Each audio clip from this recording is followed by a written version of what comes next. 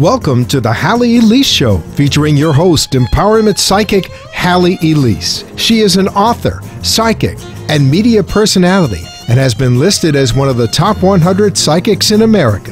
Empowerment psychic Halley Elise shares the spiritual, metaphysical, holistic, and magical powers of the universe. Follow Halley on her website at HalleyElise.com, and all her shows can be seen via live stream video.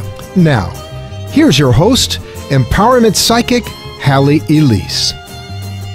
Good evening, everyone, and welcome once again to the Halley Elise Show. I'm so happy and delighted and excited, as always, when I have a guest.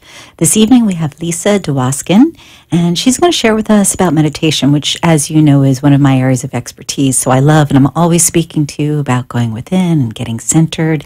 And Lisa has a wonderful book she's going to share with us.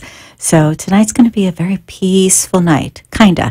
I do want to tell you that we actually have an extended hour this week. The gal, Tracy Marks from We Are the People, sadly wasn't able to make it in this evening, so we are going to be taking that time and have a wonderful gentleman coming in who will talk with us about music and about how music can make a difference in an Alzheimer's patient. So that's going to be kind of cool too. All right, then, one more quick little ditty, and then we'll dive right in.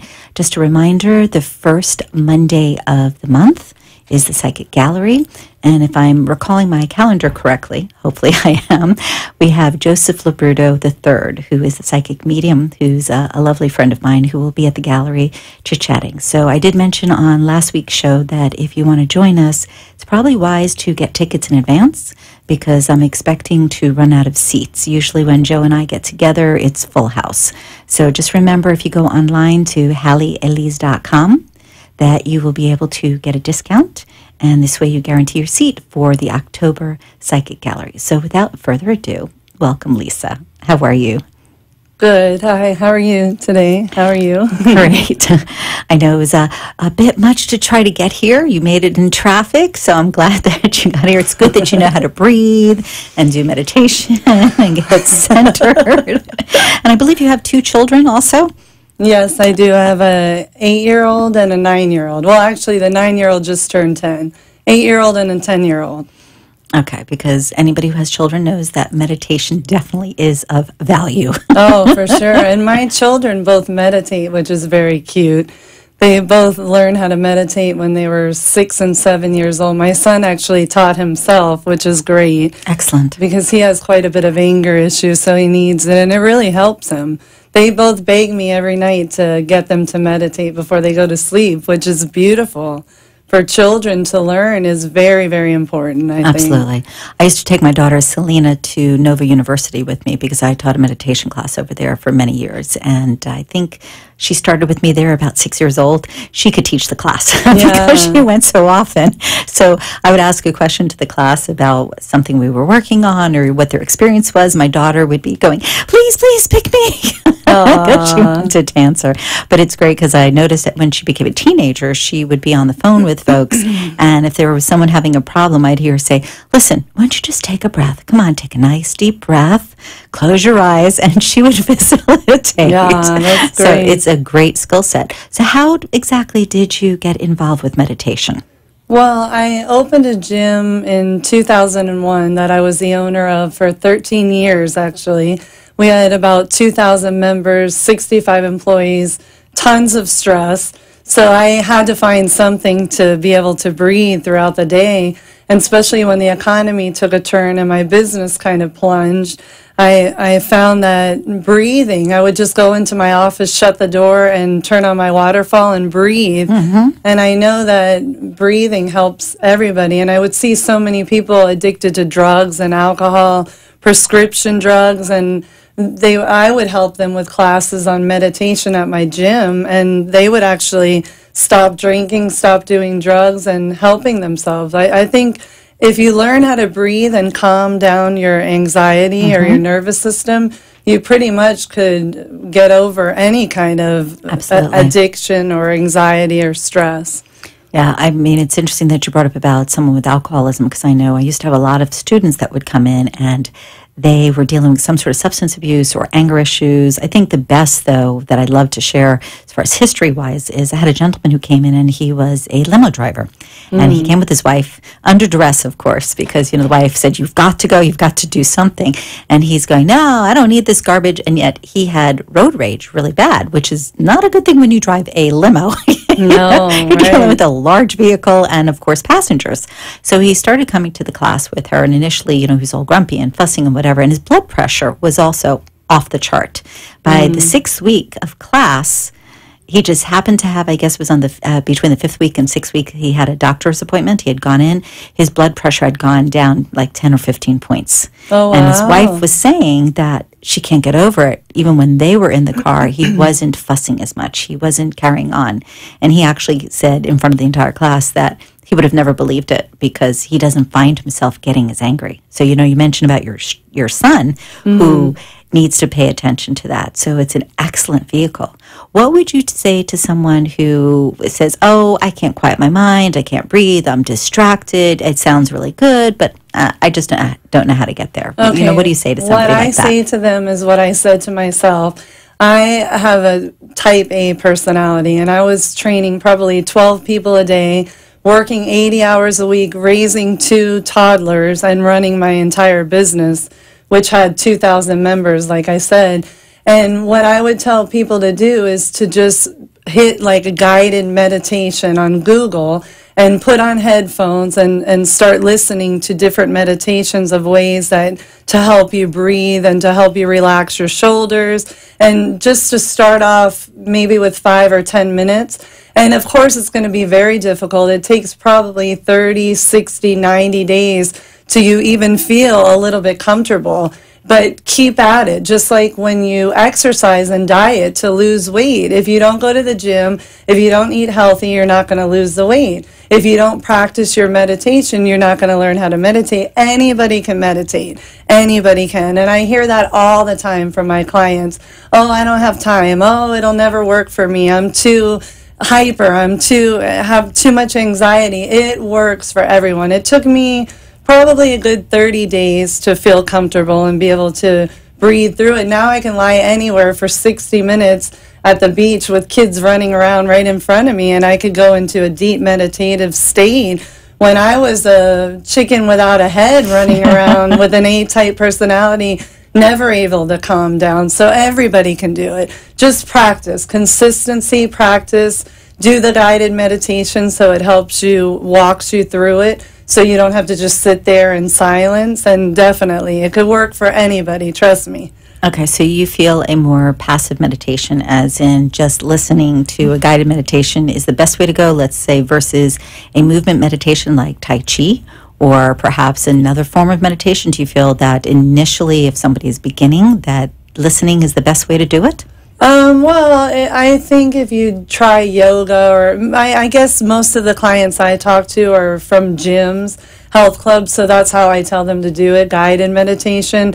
Tai Chi, yes, but I think it's the movement is maybe they get distracted because they're trying to do the movement properly, just like in yoga, they get distracted by trying to hold the poses. So I believe definitely guided meditation with the headphones.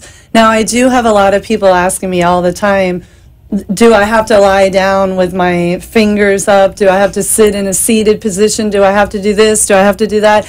No, you don't have to do anything you don't want to do. You do whatever you're comfortable. You can lie down, you can sit up, you can keep your eyes open, you can keep your eyes shut. Whatever, there is no right way for meditating. It's whatever way feels comfortable. And if they want to do Tai Chi and yoga, and that's the way they can do it. I have a client friend of mine who gardens, and that's how she meditates. I have another friend who does a hardcore workout, and that's how he meditates. Now, they might be thinking they're meditating, and maybe they're not. So maybe start off with the guided and work your way up to different things. Well, I'm glad you brought up about the gardening and about the working out, because we both know that meditation is an altered state of consciousness. And the truth of the matter is, if you move yourself from beta into alpha, which is just even one space aside from where you were, you start to alter that state. And a lot of people, when they are taking a walk, when they're swimming, when they're gardening, they automatically go into that state. You know, the beta waves and the different wavelengths within the mind start to change. I think what people don't realize is when they listen to a guided meditation, they don't really have to work as hard, at least initially, until they get comfortable with the idea of getting quiet, of getting centered, of letting their body and their mind just be versus trying to control it. And you brought up also about not having to have a particular posture. I agree and disagree, and I'll tell you why. There are certain postures, I believe, for beginners that are better so they don't fall asleep. Yeah, that's true. But by the same token, if they do fall asleep initially, and I used to say this to my students all the time, that you obviously needed the rest. So if the meditation at the very least takes you into a quiet space where you can rest, and normally you're not resting, you're still getting benefits. Plus, that subconscious mind is always hearing what's being said. So even if you're not consciously aware, you are feeding that into your mind, and that consistency, absolutely, that is what they need to do, because science shows us that it's roughly 21 days to start to change a habit. But if you really want to enhance that habit, make sure that it's really sticking, they say another 45 days on top of that. But some people are quicker than others. They may have that, if you will, inner working that they were doing automatically and they didn't know. I'm sure you run into this with your clients where somebody says, well, I do notice that I just go and like take a breath sometimes, and you can point out to them, obviously, well, that's a start, and they have that, if you will, innate disposition. So you said a lot of your clients are from the gym, they work out, that type of thing. Do you specifically go to gyms now to share information? Are you doing private? How are you facilitating? No, I actually sold my gym a couple years ago, and I'm now a life coach and a personal trainer at different locations. So you do go to different Isles. gyms? Yeah. Yes, that's but what I asked. Now I'm teaching meditation and healing at different businesses as well, with human resources for their employees to be calmer and relieve their stress. And one thing you were talking about with me, when I first started meditating, probably about 3 years ago, not so long ago, when I was contemplating on selling my business and leaving my marriage and moving out, all after 13 years. Yeah, that's what my book is about. During that period of time when I started learning how to meditate, I actually did lie down and would fall asleep. And like I said, I was such an A-type personality that people were worried about me. I had heart surgery. I had another surgery. I talk about it all in the book, how just overwhelming amounts of stress. And when I did fall asleep, it would worry me a little bit, but it wasn't a deep REM type sleep. It was like a surface, not really a sleep, like a very light sleep, but a meditative state sleep. So, and then the more I did it, the more I would definitely be awake and aware and listen to my inner voice and hear the truth, or whatever you believe in, your higher being, your calling, your inner whatever voice, the title whatever it is. But you hit a point here, which is excellent to share with everyone, and that is when you do meditate, you begin to hear better. You do hear that inner voice more. You do pay attention to your own wisdom. You pay attention to that higher power. It's incredible as far as benefits. We're going to take a quick break, and we'll be right back with Lisa and talking about her new book and meditating. Thank you. Bob, did you see Halley Elise in the paper? Who? The empowerment psychic, Halley Elise. They did a 2-page write-up. The columnist was enthralled. Halley went right to an issue that she was dealing with. I'm looking at HalleyElise.com right now. What are you thinking? Should we schedule an appointment? Matter of fact, yes. You have issues with Sue and me, my business. Take a look at her background. It's impressive, and she has decades of experience. I want to put it on my iPad. What's her info? Empowerment Psychic Halley Elise. HalleyElise.com. 561-755-2166. Spell it. HalleyElise.com. So it's HalleyElise.com and 561-755-2166, right? 561-755-2166. That's it. You're listening to Empowerment Psychic Halley Elise, and she invites you to visit her website for more information about all that she does at HalleyElise.com. Now, back to your host, Empowerment Psychic Halley Elise. Welcome back. If you are just joining us this evening, my lovely guest this evening is Lisa, and she's sharing with us about meditation and her experience. She owned a gym for an extended period of time. She admits that she was type A personality, or is still, and she uses meditation to make a difference in her world. And what was the impetus for writing a book? Now, obviously, we'll share your book and the name and all, but I'm just curious, was it simply because you were accustomed to making a difference in people's lives? And I'm not being facetious here, but you figure you were in the gym, you're teaching people how to de-stress, you're teaching them how to get fit. So do you think it was just a natural segue, or was there something else that was the impetus for you? No, it definitely was a source of healing for me. Dr. Wayne Dyer, who we all know and love, yes, who just passed and is in a beautiful place now, he was always my mentor and my spirit guide. I've met him a couple of times, and he would send emails to all his people for the newsletter, and he talked about writing a book for healing. Mm-hmm. And like I said before, when I started meditating, I was in the process of selling my business after 13 years, leaving my marriage after 13 years, taking my 2 little ones, moving towards the beach, which I love, soothes my soul.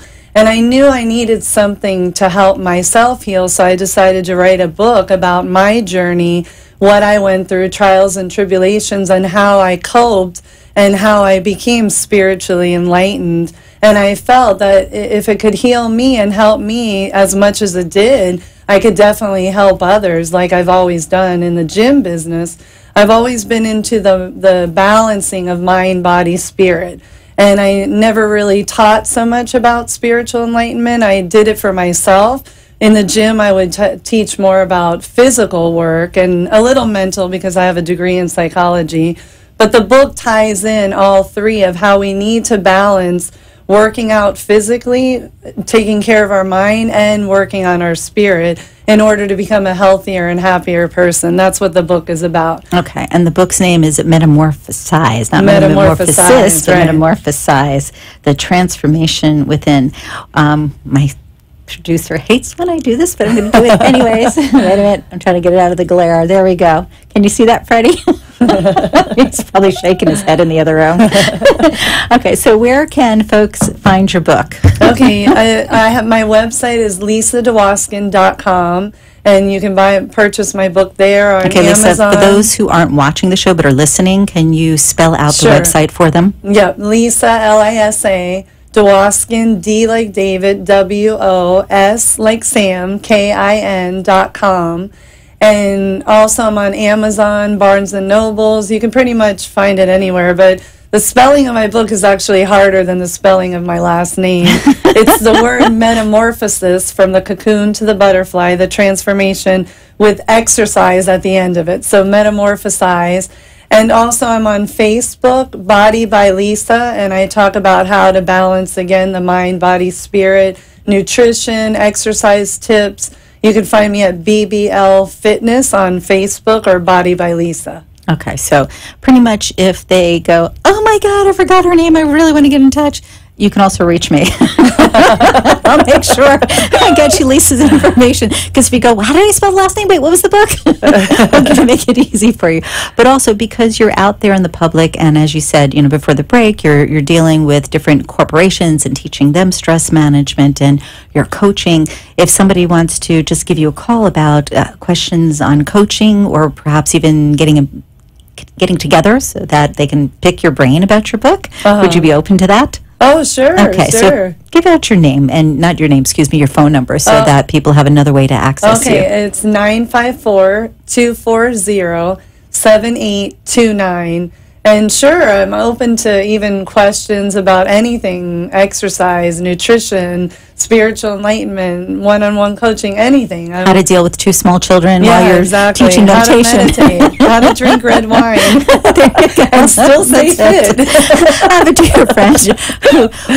Our standard joke is there's just not enough wine in the world. Right, exactly. There are moments. Yes. But see, that's a meditation too. I'm teasing, but I'm also serious. Meaning, oftentimes we think in terms of I have to do something big to make a shift.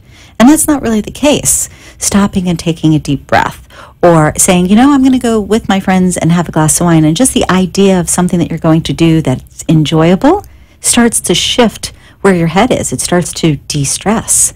I want to cover real quick while we have a moment in respect to exercise and meditation, because I know there have been amazing scientific studies done about people that meditate and see their results actually accomplishing them faster than others. Are you familiar with that? About seeing results through meditation or through exercise? No, seeing results of their exercise through meditation, meaning they are visualizing what's taking place, and they actually are able to get there faster. We have amazing Olympian champions who have done this, and Russia's been working with this for forever. I mean, stats is not my thing. We actually have another gentleman, I'm not going to mention names right now, I was teasing him yesterday, but we call him the numbers man, because if I said this in front of him, he'd say, oh, in 19 so-and-so, this is what they did. Yeah. He knows. But the gist is that there's continued research all around the world that taking a moment to breathe and to meditate, to visualize your end results,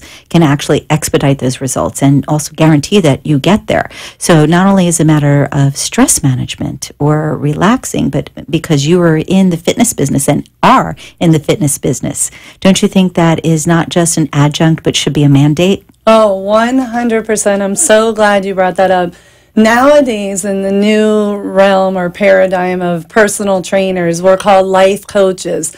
And I do have a degree in psychology as well as exercise physiology. So what I love to do and what works so well for our clients is the first thing I tell all my clients they have to do is journal.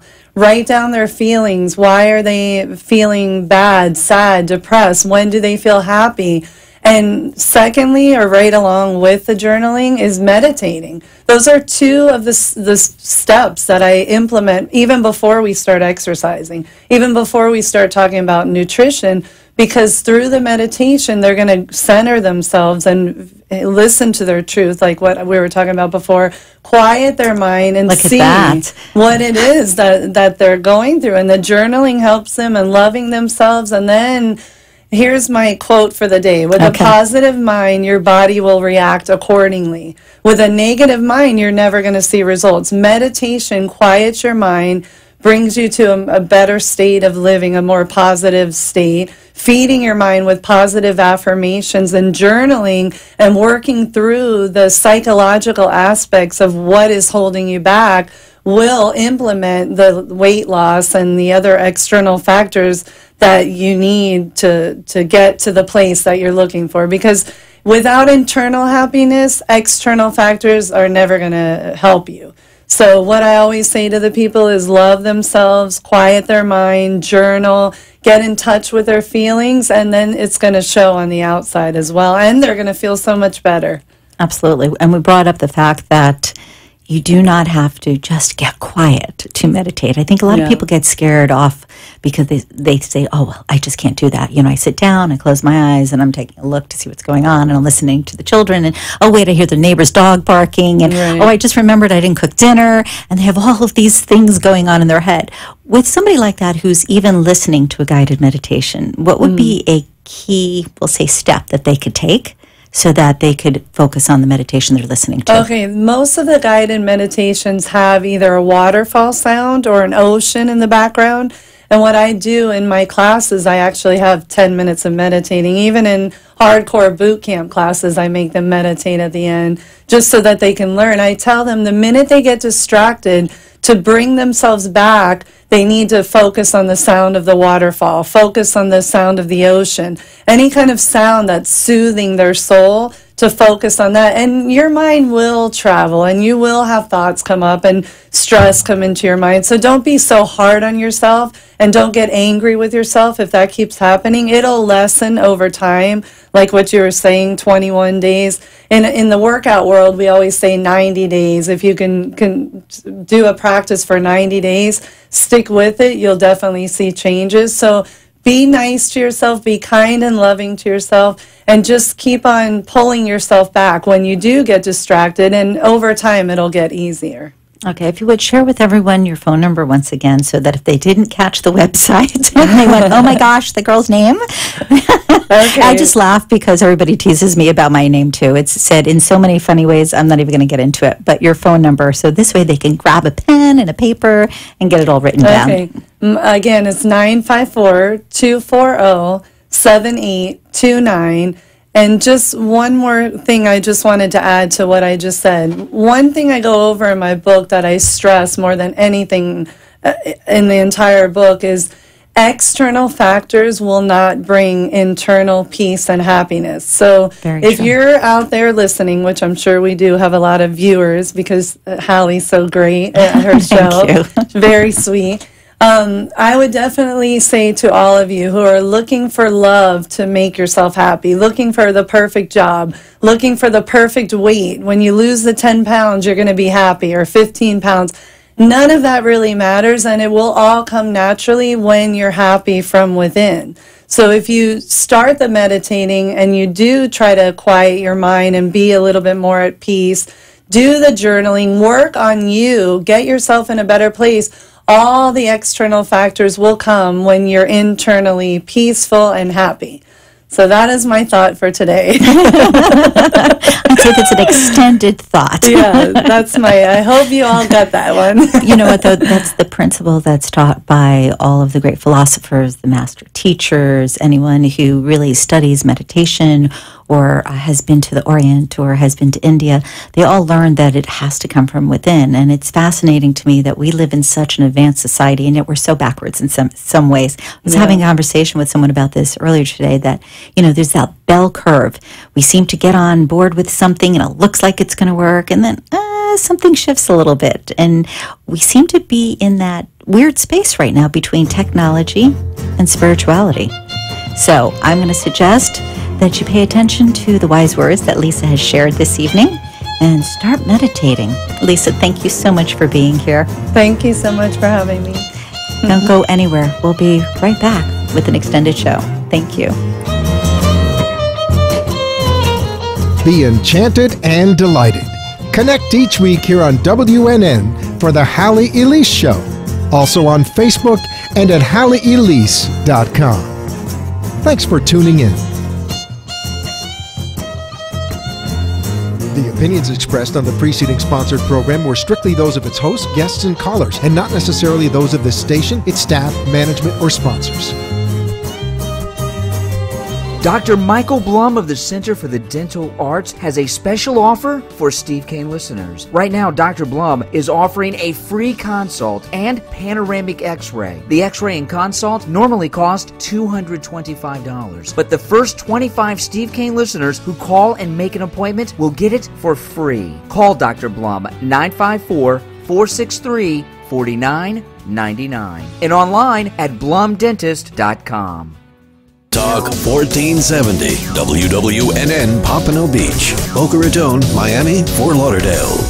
Youthful Savings creates and delivers innovative financial education products through a virtuous approach in order to disrupt the cycle of poverty. We provide affordable college planning solutions through our Financial Freedom web application and program, youth financial education and entrepreneurship training through our My Own Business Challenge curriculum and program, and group youth programs that teach entrepreneurship and financial education. 10 cents of every dollar earned is reinvested into the communities saved through the Youth College Scholarship. For more information, please go to www.youthfulsavings.com. Email at info@youthfulsavings.com or call 646-504-7164. CPA for the People provides CPA services and business consulting for innovative creators. Collaborative, personal, affordable. We specialize in tax consulting, business consulting, financial statement compilation, and personal finance. For more information, please go to www.cpaforthepeople.com or call at area code 630-244-7893. Bob, did you see Halley Elise in the paper? Who? The empowerment psychic, Halley Elise. They did a 2-page write-up. The columnist was enthralled. Halley went right to an issue that she was dealing with. I'm looking at HalleyElise.com right now. What are you thinking? Should we schedule an appointment? Matter of fact, yes. You have issues with Sue and me, my business. Take a look at her background. It's impressive, and she has decades of experience. I want to put it on my iPad. What's her info? Empowerment Psychic Halley Elise. HalleyElise.com. 561-755-2166. Spell it. HalleyElise.com. So it's HalleyElise.com and 561-755-2166, right? 561-755-2166. That's it. The opinions expressed on the following sponsored program are strictly those of the host, guests, and callers, and not necessarily those of this station, its staff, management, or sponsors.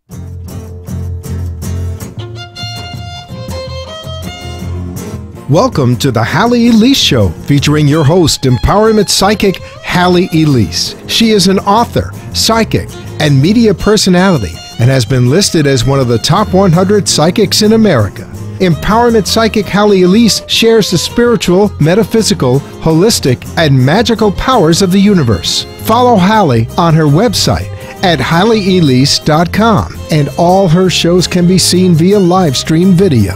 Now, here's your host, empowerment psychic Halley Elise. Good evening. If you're looking and going, what? Wait, I don't understand. Where the people is supposed to be on. Tracy Marks unavoidably is not able to be here this evening, so you got me. But she did want me to share a message. I guess there was content that has been promised. She said it definitely will be on, but she will be sharing it on October 19th. So you may want to make a note of that. Tracy will be sharing the content that was promised on October 19th. And she will be back next week on October 5th, which is the first Monday of the month. So once again, We Are the People will return next week, October 5th. And the promised content will be available as of October 19th. And you'll see Tracy then. In the interim, if you're already watching and already listening, you may as well hang out because it's going to be a great evening. We're continuing from the previous half where we had Lisa DeWaskin, who was talking about meditation. And she was sharing about how she goes to corporations at this point. And she wrote a wonderful book, Metamorphosize, that teaches you how to do what you need to do to take care of yourself. So something to consider. If you missed that part of the show, you can always Facebook me, inbox me, call, email. You know, there's a million ways to reach anybody nowadays, and I'll be happy to give you her information. Now, our next guest this evening is a gentleman who is a well-known musician in the South Florida area. And it was funny, I was going to ask him about that earlier, if I should say South Florida or just say, you know, throughout the states. But at least currently, he's in the South Florida area. And the reason I asked him to join us this evening is because he was volunteering at a Alzheimer's facility. And some of you know the story with my grandmother and how she wasn't well and I looked after her. So when it comes to Alzheimer's, not that it is a, if you will, a pet charity, but I have an interest, if you will, in the progress that takes place. I have an interest in seeing people's wellness overall, but in this particular area because of the association to my grandmother. And this gentleman found that while he was there playing music, there all of a sudden was a change. So I'm going to introduce him and we'll let him share. And he also brought his guitar into the station. So that's kind of nice. And you folks will be able to get to listen to some of the music. So without further ado, I have Hal Hollander here this evening. Hey, Hal, thanks for being here. Hi, Hallie. Thanks for having me. My pleasure. So why don't you share with us how it is that you got started going to facilities where they had Alzheimer's patients? It's not the normal thing one would think for a musician. You play the guitar, you play drums, you sing. Not that you couldn't do it, but you've played with large bands. You, if I'm not mistaken, have a show just this coming Thursday, next Thursday. So you're pretty busy. So how did it end up that you're at a facility working with these folks? Well, it is kind of interesting. My band was playing at an outdoor concert at City Place in West Palm Beach. I almost keep saying West Long Branch because that's where I'm from, but West Palm Beach. And there was some people there from administrators from the facility, and they saw the general swaying back and forth to the music. We were playing a lot of nice rhythmic beats in our show. And they came up and said, would you like to come and do an hour show at our facility. And I was working quite a bit, and it was something new. So I said, okay, I would do it one time. And I came in.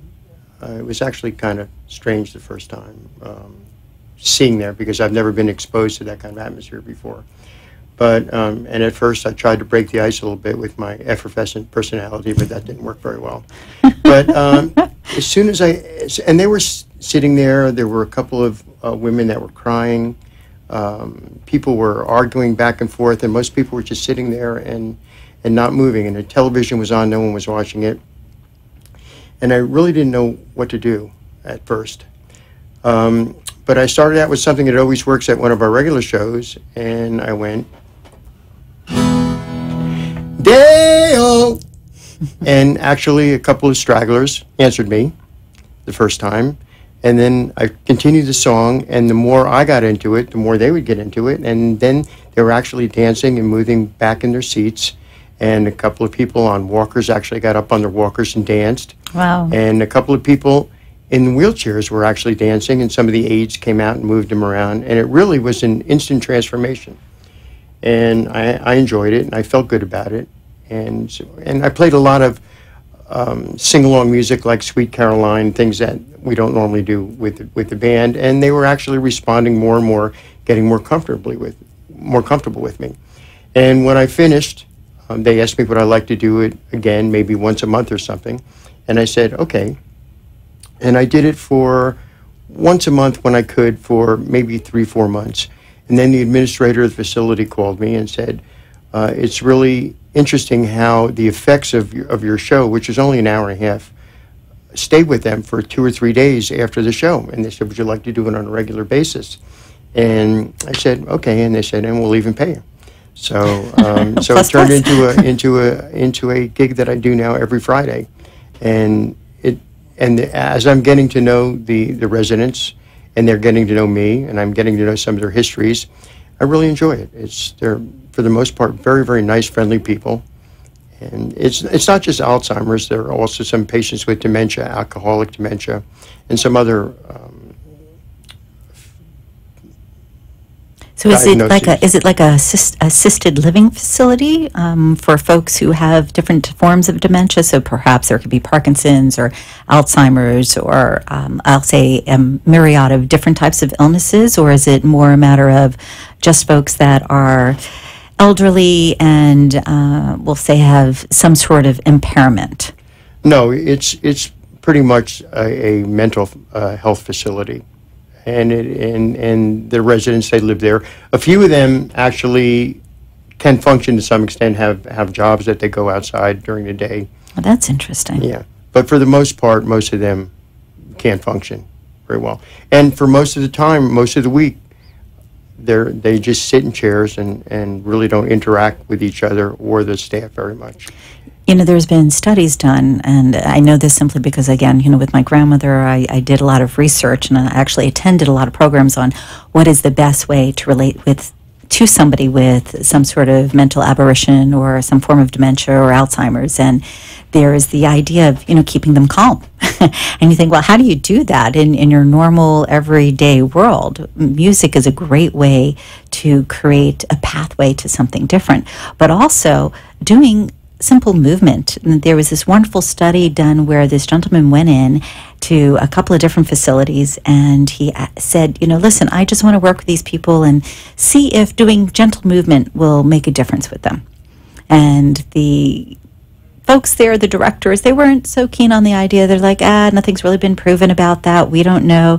But the man said, okay, he's going to do it anyways. You know, he's going to do it for free, and if the residents do well, he'll come back. And forgive me, I forget his name, but it's going back probably about 25 years ago when I actually read this article. Anyway, he went in and he just went over to each one of the patients. He had them sit in a circle, and he told them to move their toes, and then he helped them just move their ankles. And each time he came in, he'd have them do one more thing. Now, these are folks that were sedentary, that were not speaking, that were not physically active. Most of them were not ambulatory at all and had to be carried and lifted and moved. After about 3 months, the staff was noticing that they were moving a lot more on their own. They could actually assist in moving from place to place. Not only that, but they began to talk more. So there's so many different varieties of therapies that really aren't even therapies. It just makes common sense. You figure, as living human beings, we need to have action. We need to be involved in our environment. We need to engage all our senses. So it makes a lot of sense to me that by listening to music, they're not just going to get better because of the music itself, because that's a specific frequency that's going to make a difference, but also, like you said, you had people standing up with walkers and starting to dance. So it makes sense that there would be that longevity. So now that you go on a regular basis, do you find that the folks automatically come in the room to see you? There's some sort of anticipation, or do they have to be called in by your music? How does that work? Well, now I'm set for a certain time. I'm there every Friday at 1 o'clock. And so at 1 o'clock, 1 o'clock to 3 o'clock, or 1 o'clock to 2:30, everybody comes in. Most of them are sitting there. Some of them come in. They know to expect me now. They sometimes, oh, is it Friday? Because they know I come in every Friday. And they look forward to it. Talking about your studies, I've been doing a lot of reading on it since I've been involved with it myself. And therapeutic drumming has been around for years. There's so many studies on the effect of drums in all aspects of life. For example, last night I went to a full drum circle, and the drum beat affects people that way. A different type of drum beat for people that are suffering from certain ailments is very calming and relaxing to them, and you can see them move. And there's a lot of, as you said, there's a lot of things to do with life. I've recently, as a hobby, got into gardening a little bit. Growing milkweed and butterflies. And so I've been reading up on that, and the studies showing that people that are involved in gardening, not really why I do it, but and putting their hands in the earth, actually have less incidence of dementia and other physical and mental ailments. And there was even a study that showed that children who played in dirt when they were young, as opposed to having parents that kept them sterile clean, have lesser incidences of many ailments than well, they build up tolerances. Yeah, the antibacterial qualities that are involved in digging in dirt. And I was a pretty dirty little kid. So, so I guess you're going to be around for a while. For me. Okay. Well, I think everything has to do with the vibration and frequency, and the music specifically, no matter where you come from in the world, no matter what your background is as far as religion or parentage or expectation of what you're supposed to be in your life, there's always a sound that's going to make you happy or make you feel at ease. How do you know what the right sounds are for these folks to work with? Do you just go with your gut, or have you done trial and error? How's that working? It was pretty much trial and error. As I said, I've never really done it before. But as long as I played songs that they remembered, that have a history with most of them, as I found out. One of the women actually was in a former life was a Latin dance instructor. Wow! So when I play Latin songs, she'll get up and actually take some of the other residents and get up and dance and show them different moves.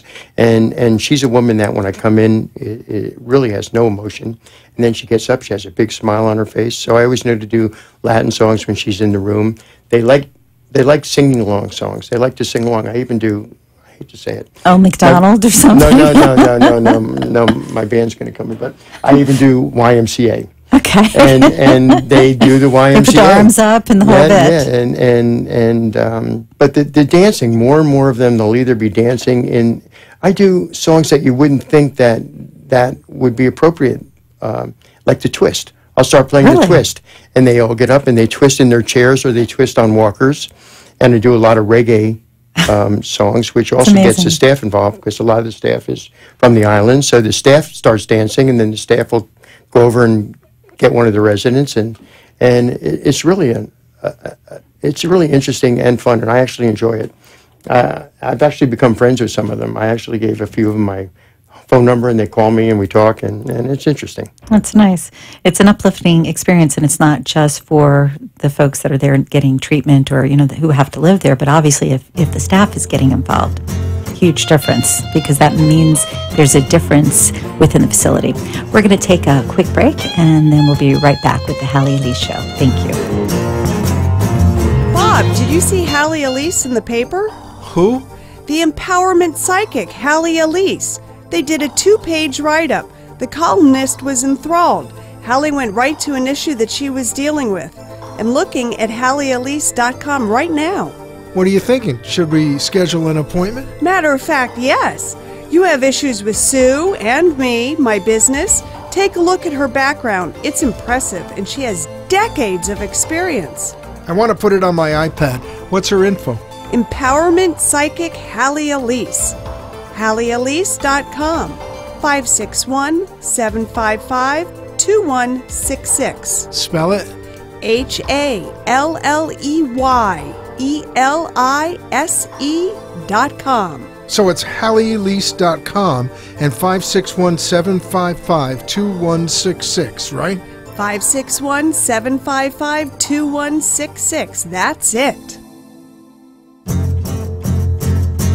You're listening to Empowerment Psychic Halley Elise, and she invites you to visit her website for more information about all that she does at HalleyElise.com.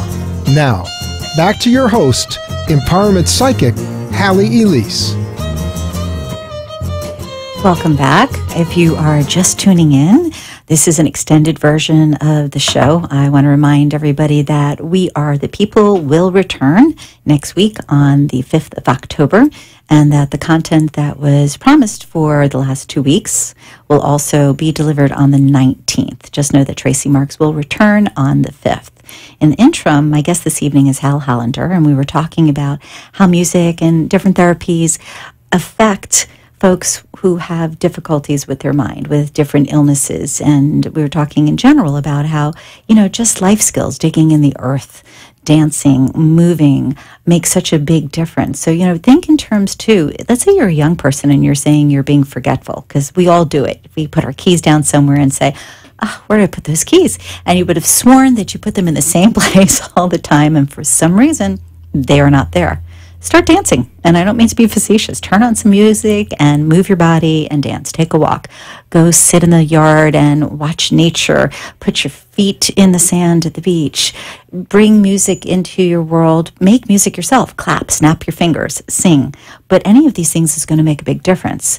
So before break, Hal was telling us about some of the ways he gets folks' attention when he comes in, and now they expect him. He even does Latin music there, but he does rock and roll the rest of the time. So if you would share with everybody where you're going to be, we'll say in the next couple of weeks, or how they can find you and what your regular band does.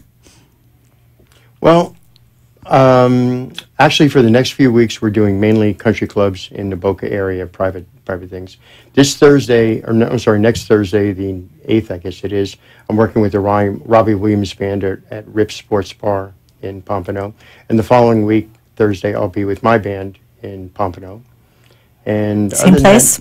Other than that, it's private function for the next couple Okay, months. so did you say the 8th or the 9th? The 8th is I'm playing guitar with the Robbie Williams Band, Guitar for Hire with the and Robbie then Williams the following Band. week? The following week, the 15th, will be with my band Kickback. And you're still in the same place, Rip's Bar? Yeah, Rip Sports Bar, which is a really nice place. So for anybody who doesn't know the place, there's a bowling alley attached to it, so you can always go bowling and then go hang out in the bar and dance.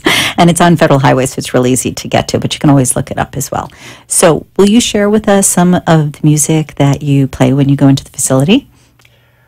Come on, you can do this. Okay, well, a lot of what they like, anything that has a beat and they can sing to. And I like to do island music because as I said, some of the staff is from the islands, and they really help to get the crowd going too. So I'll do things like, not used to playing singing. I want to love you and treat you right. I want to love you every day and every night. We'll be together with a roof right over our heads. We'll share the shelter of my single bed. We'll share the same roof. When Jah provide the bread. Is it love, love, love, love that I'm feeling? And pretty much anything that has a rhythm like that to it. And this is kind of different A little for me. awkward for you, Well, being on the video, sitting on the down. radio. Normally I have a Stratocaster guitar with a wireless plug, and I have a headset, and I'm jumping from a bar to a stage, running around. Yeah, it's a little tight in here to be jumping on anything. Now, I see you have your drum with you as well. You want to pick that up and give us some sound with that? Well, that's interesting because yesterday, That's okay. as probably some of your listeners know, there was a big drum circle. There is once a month because it was the harvest moon, the full moon. Right. And talking about the same thing, how music affects people, there are a lot of people that go for the drum circle, but there are a lot of people on the outskirts just coming to watch the They came for the moon and the eclipse and all, yes. And so they're sitting down, really not paying attention to the drum circle a little bit. And then you hear them, you see them starting to move in their chairs. And next thing they know, they're in the middle of the drum circle, dancing, throwing their hands up in the air. And it's just something about the drum beat. So, in drum circles, we play more of a things that get people moving. Right. But when I play the drums in the facility, it's more of just a gentle, something to get them feeling the music. And you can see them tapping hands along with the table or tapping their feet. And it's just something rhythmic, something that just keeps them generating and calms them down a little bit. So I always will pick up the drum a little bit, and the drum is portable. I pick it up, I'll walk around. And it's pretty. It's got animals on it. I see it's got colors. Yeah, it's actually part of a set I have. It's actually a children's set, Okay. but it has a good sound. So that's what I do. Okay. So, but you brought up the idea of rhythm, and I have to wonder, do you ever just, as I said before, clap your hands, snap your fingers? Do you notice that people at the facility interact even if you're not specifically playing the instrument? Meaning, let's say you played a song and you put down the instrument. Do you find that they still continue to use the music even if they're not hearing it? Well, there is foot tapping that is always going on, but I generally don't put down the instrument. I'm generally going from one song to the other song to the other song and keep them going for that. It's only an hour and a half show. Okay. But every morning I go to the beach with my drum, and when it's not raining, and I do a sunrise, and I'm always playing some kind of rhythm. And you can see as people just walking on the beach, walking by, They wake start up. to dance, or they'll start to snap their fingers, or they'll stay and they'll watch, or they'll start singing a song. It's just really interesting, the power of a drum. I started out as a drummer. I was a drummer for many years with some big bands. I don't want to date myself age-wise too much, but I actually stopped playing drums when I had a bad motorcycle accident and broke my knee in a couple of places. So it ended really my being a professional drummer. But drumming was always my first love, and that's when I switched to guitar. But playing drums is therapy for me as well as people around. Okay. So.